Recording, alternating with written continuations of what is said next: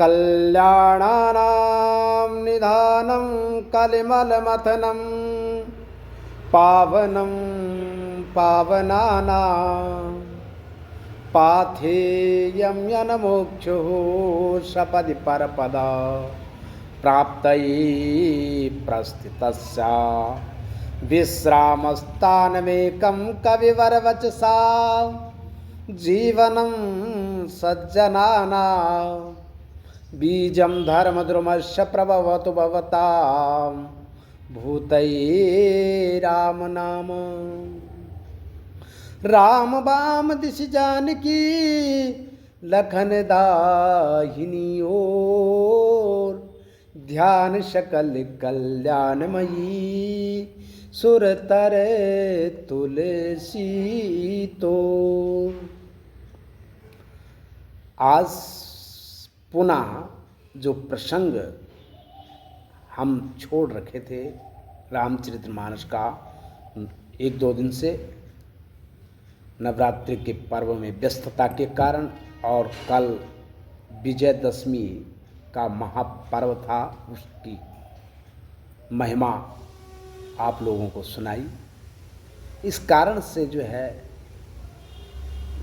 हमारा प्रसंग बीच में रुक गया था, और बीच बीच में प्रसंग रुकते रहते हैं, आप जानते हैं जो दर्शक हैं, क्योंकि समय के अनुसार जो है कभी और प्रसंग भी चलाने पड़ते हैं और कभी व्यस्तता भी आ जाती है, क्योंकि पूजा पाठ में जाना पड़ता है और वहाँ इस प्रकार से जो है संयोग नहीं बन पाता है, चाहे वो क्षणिक ही क्यों ना हो, लेकिन संयोग तब बनता है जब परमात्मा की कृपा होती है, और पूजा पाठ भी परमात्मा की कृपा है, लेकिन हमारा जो मन आकर्षित होता है वो कथा में होता है। इसलिए जो है कथा के प्रसंग छूट जाते हैं, लेकिन हमारा ध्येय एक ही है कि अपना प्रसंग विराम कर सकता है, लेकिन पूर्णता विराम नहीं होगा, अर्थात चलता रहेगा। और भगवान की ऐसी कृपा हो कि जब तक रहें तब तक भगवान की दिव्यमयी, मंगलमयी, आनंदमयी कथा को गाते रहें और जीवन परमात्मा के लिए समर्पित हो, परमात्मा की कथा के लिए समर्पित हो, यही आकांक्षा है। तो अब प्रसंग चलाते हैं, जिस प्रसंग को हम छोड़े थे।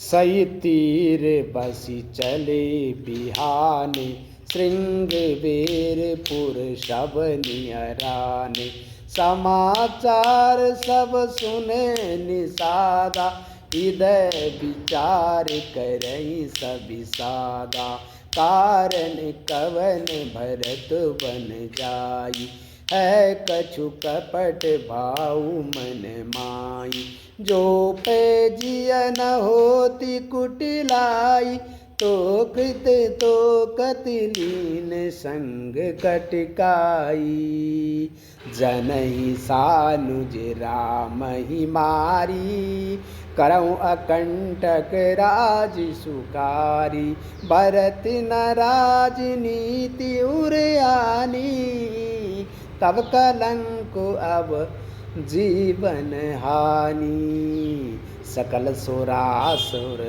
जुरहि जुजारा, राम ही समर न जीत निहारा, का आचिरजु भरत अस करही, नहीं बिस बेली अमिय फल फरई। अस विचार गुह ज्ञाति सन कहूँ सजग सब हो, हतवासहूँ बोरहूँ तरनी कीजे घाटारो।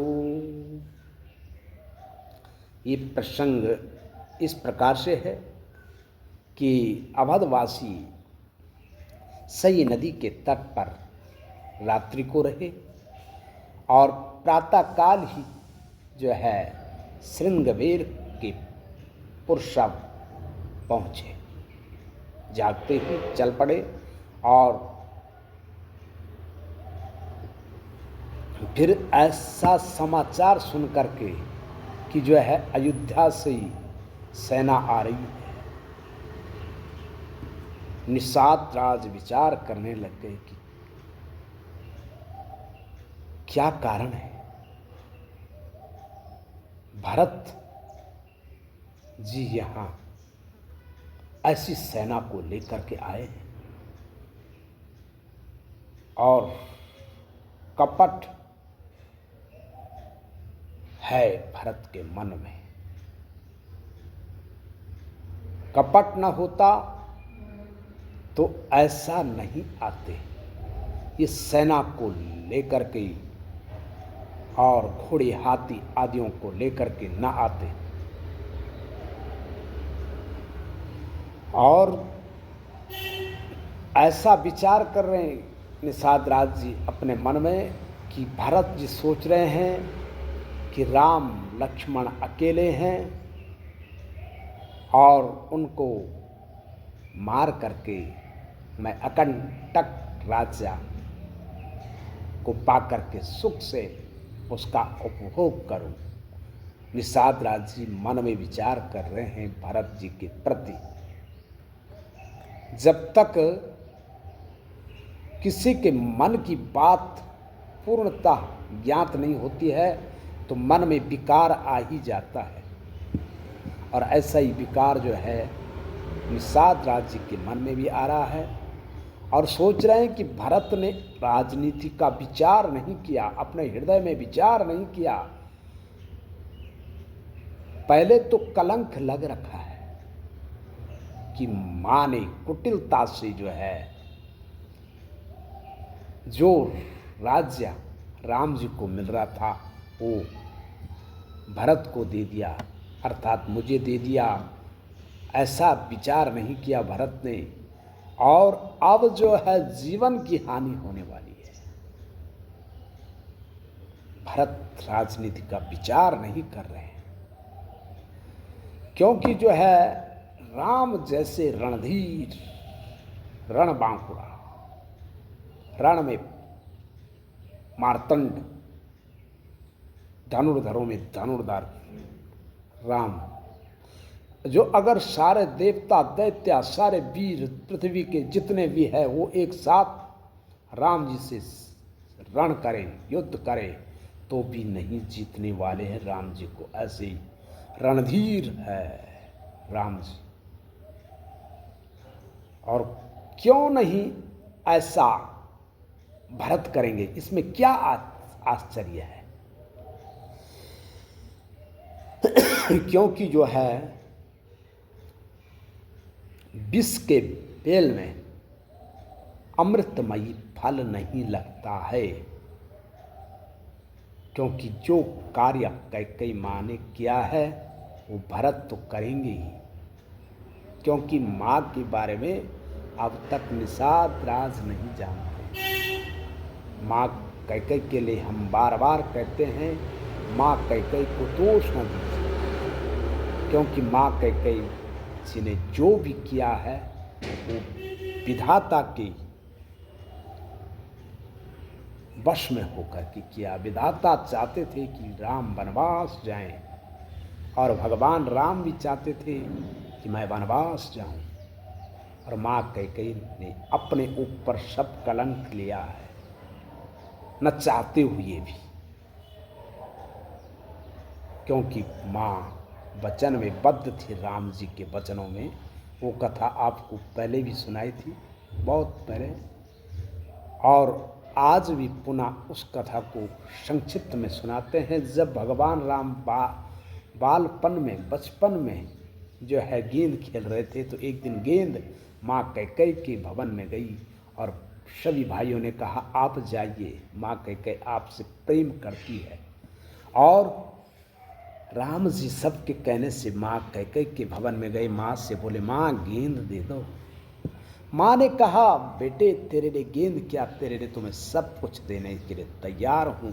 इस चमड़ी से तुम्हारे लिए जुत्ती बनाने के लिए तैयार हूँ। इस खून पसीने से तुम्हारे लिए तेल बनाने के लिए तैयार हूँ।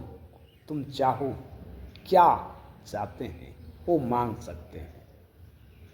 तो राम जी ने अवसर देखा कि इस समय माँ प्रेम में डूबी हुई है, इस समय ही मांगना ठीक है।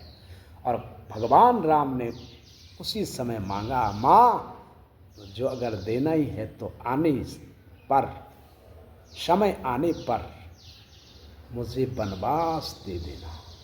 माँ विचलित हो गई थी और भगवान राम ने कहा जब इतना काम नहीं कर सकते तो प्रेम होने का नाटक क्यों किया, देना ही है तो वनवास देना माँ, क्योंकि अपने प्रेमी के लिए जीना कठिन हो जाता है कभी कभी।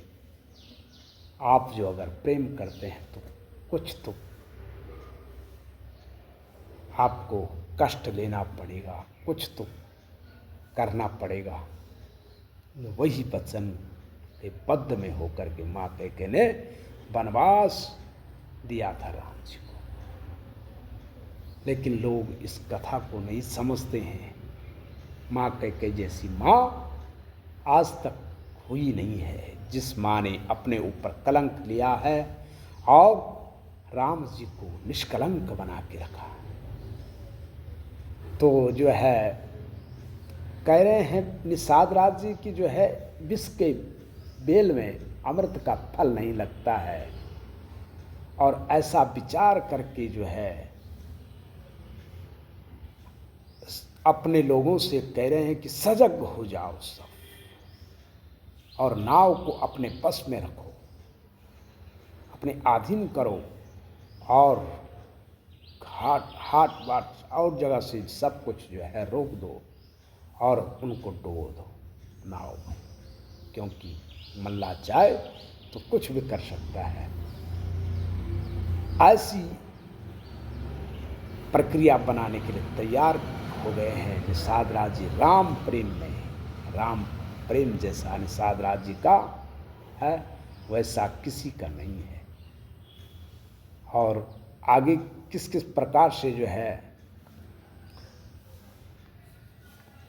तैयारियां करते हैं, किस प्रकार से जो है विचार बनाते हैं, वो आगे की कथा में श्रवण करेंगे।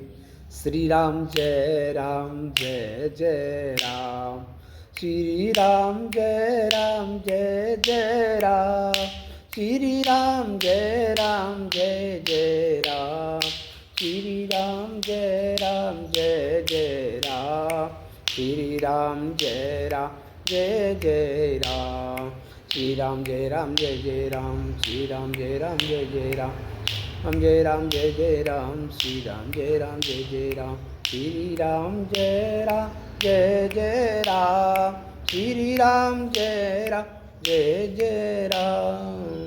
बोले रामचंद्र भगवान की जय।